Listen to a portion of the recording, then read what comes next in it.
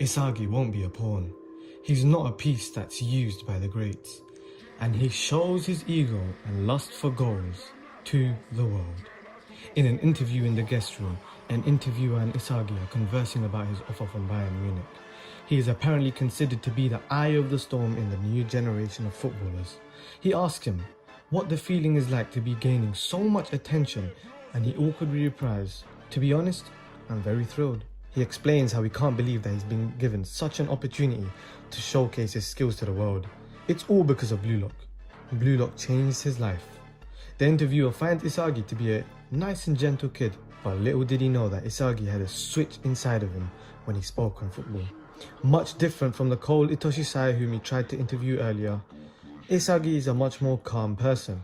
He goes back to the topic of Bayern Munich and talks about what the press has been saying about Isagi's performance and what people think about him transferring over to Bayern Munich. We would like him to pair with Noah, a new type of versatile player who's skilled in offense and defense. But now the interviewer sees the switch flip in Isagi when he asks what he feels about those comments.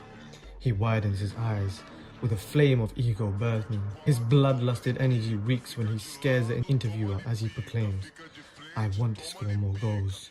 Call it egotistical, but this is something I will not yield to anyone. And from here, the interview ends.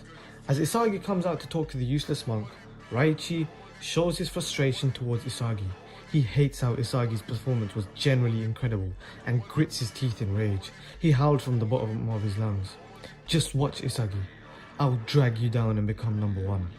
But after Raichi leaves, Isagi is wondering where Yukimiya is and is pointed to a studio? In there, the world's second best, Chris, is there as he directs a photo shoot with Yukimiya in it.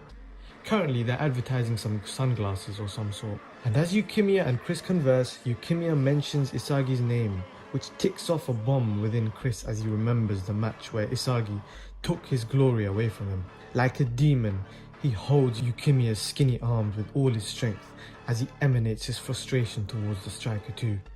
"That brat ruined my moment to show that I'm the world's number one.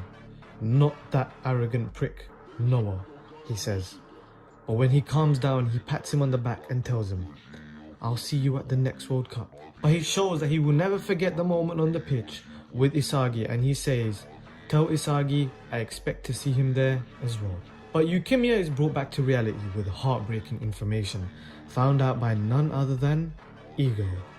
When he calls him over, he suddenly explains a disease Yukimiya has. When he overworks himself, black spots appear and his vision becomes blurry.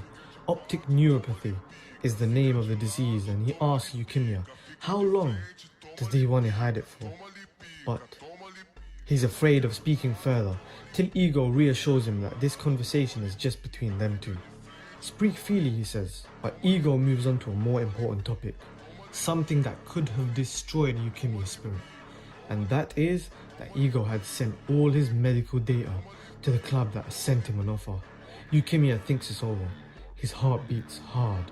He thinks that clubs will no longer accept him anymore. But Ajax replies with, "We would like to help you with treatment." They will pay for his treatment. And they finish off with, "So please, play with us."